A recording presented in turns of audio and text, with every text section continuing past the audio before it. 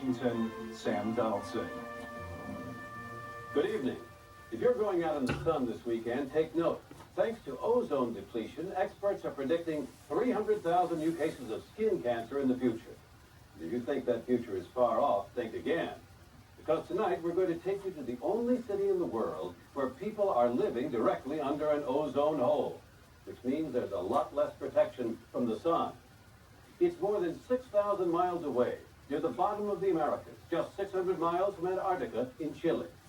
As John Quinones reports, some believe what's happening there could be a warning sign for the rest of the world. 5, 4, 3, 2, 1. We have ignition. April 8, 1993. Discovery lifts off from Cape Canaveral. Its primary mission? To measure the atmosphere for ozone, a thin layer of gas that protects the Earth from deadly radiation. Okay, last did you copy? We got those AT switches. Okay, we copy. Good.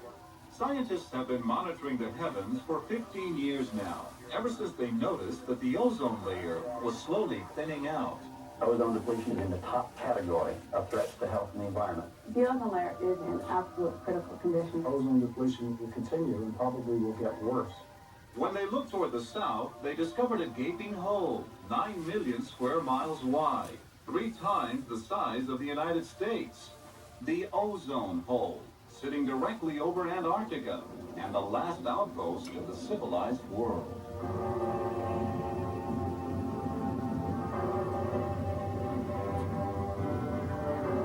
Welcome to Patagonia, on the southern tip of the Americas, literally at the end of the world.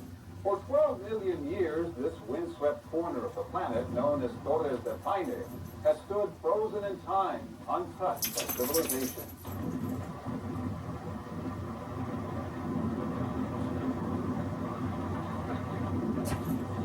But now, 15 miles above us, man-made chemicals produced thousands of miles away are tearing apart the atmosphere, disrupting nature's delicate balance.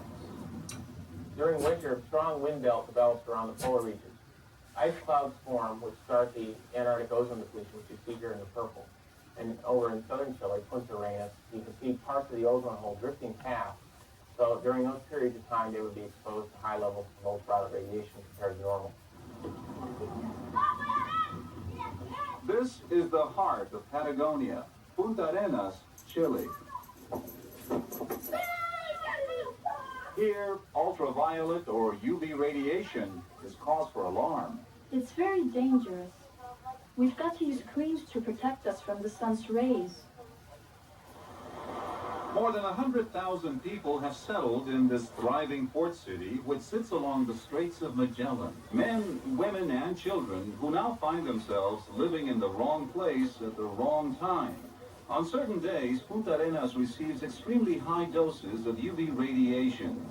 When it's not filtered by the ozone layer, that radiation damages living tissue, causing skin cancer and cataracts. It may also lower the body's immunity to infectious diseases. What happens to the people of Punta Arenas is a valuable lesson to the rest of the world.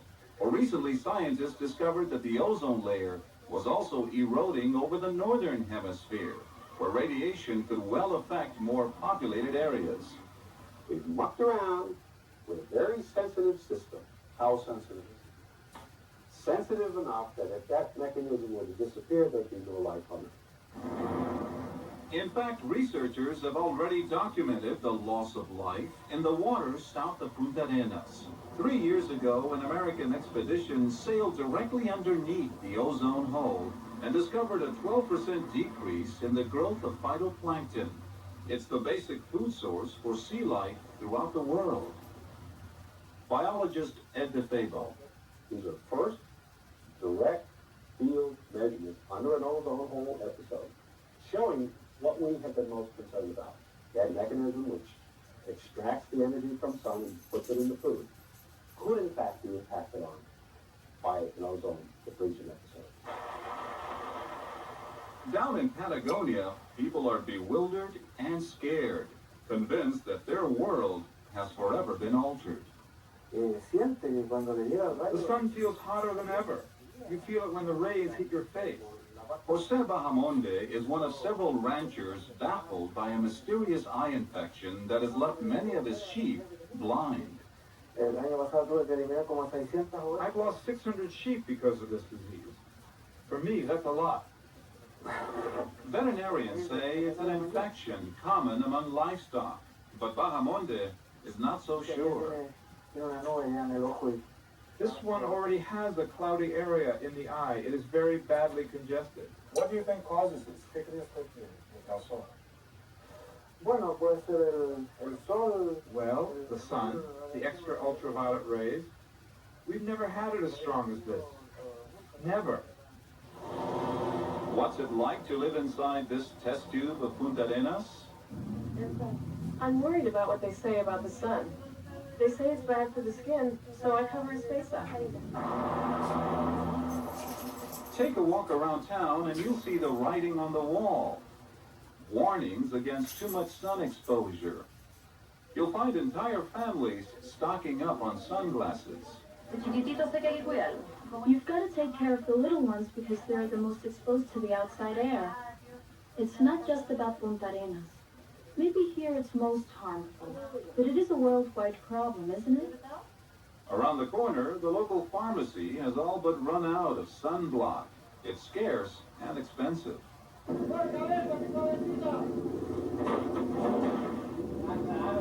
On the docks of Punta Arenas, men who make their living on the open sea complain of a stronger, piercing sun. We feel an irritation in the eyes, he says, a burning. The eyes get cloudy. No one knows more about the harmful rays over Punta Arenas than Dr. Jaime Abarca. The only dermatologist in town, he's seen a surge in skin rashes precisely on those days when the ozone hole floats directly overhead. When I look at the ultraviolet radiation that we received those days, it fit absolutely. There was a correlation. Yeah, absolute correlation. How would you describe the ozone layer in layman's terms? Can you compare it to anything? Yes. Put the cigarette and put the filter on it. Take the filter away. You see the consequences 20 years from now. Bedrich Magas is a college professor in Punta Arenas, but he's better known as the prophet of doom. Magas believes the entire population of this town is an endangered species, thanks to the extreme levels of UV radiation. Every morning, he records a message on his phone answering machine, warning of the day's harmful rays. Be careful. Ultraviolet damage these communities. The people of Punta Arenas are listening. Magas has become a sort of folk hero. Hacerle caso al profesor Maga. Pay attention to Professor Magas. Buy eyeglasses. Wait until scales grow on us, and then maybe we can go around like little tortoises. But scientists who studied the reports coming out of this town say there's no hard evidence linking UV radiation to the problems in Punta Arenas. Dr. Mark Schoberl is an atmospheric scientist at NASA. Well, I think the evidence is purely anecdotal. I mean, in some ways, to me, it resembles the kinds of reports people had during the Middle Ages when a cow was born with two heads, you know, there must be a witch in the village kind of thing. You sound like Chicken Little saying the sky is falling. Yes. The sky is falling. Yes. And you see a lot of scientists with the right information in hand running with you saying, yes, right, it's falling. Can you understand why there's so much hysteria? I can understand it. David Carl is an American oceanographer now cruising Antarctica aboard the Nathaniel D. Palmer, a $54 million floating laboratory operated by the National Science Foundation. It sets up your sun systems. Dr. Carl, who's studying the effects of UV radiation on sea life, says the people of Punta Arenas have good reason for concern. I mean, if you look at these maps and you look at the world and you see this hole coming, and the only part of the populated world that it's impacting is your home. I mean, I would be very concerned too. 6,000 miles away in Washington, D.C., Ed DeFabo has been sounding the alarm for more than 15 years. You've contributed to all these reports 15 to 20 years. You ever get the sense that no one was listening? Well, if they were listening, they weren't listening very carefully. We just couldn't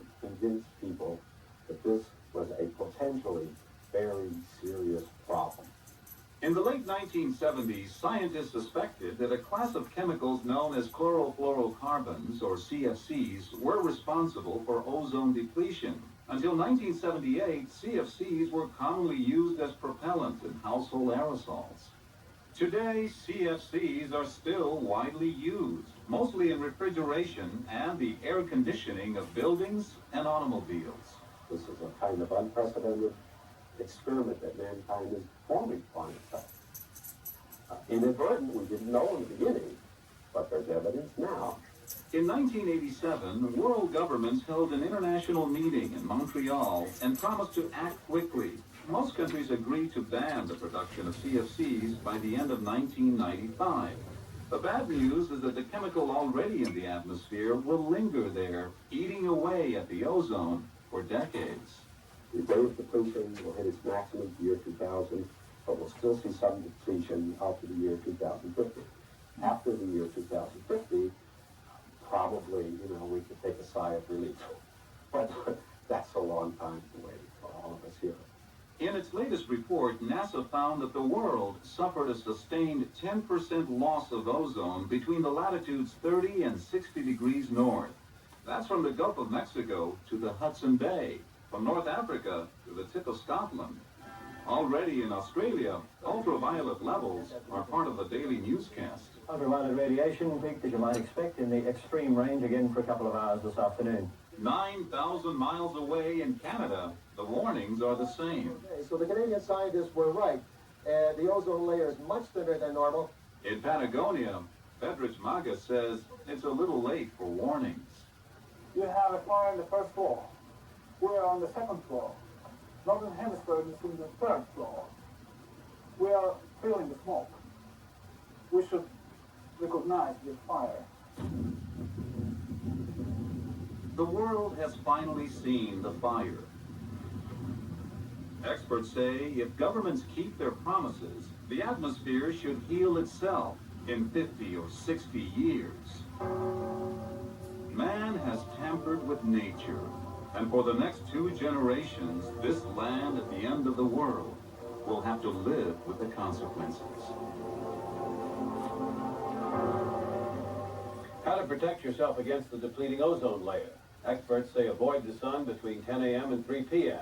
Use a sunscreen of 15 SPF or stronger, and one that blocks both UVA and UVB rays. And cover up with wide-brimmed hats, long sleeves, and umbrellas.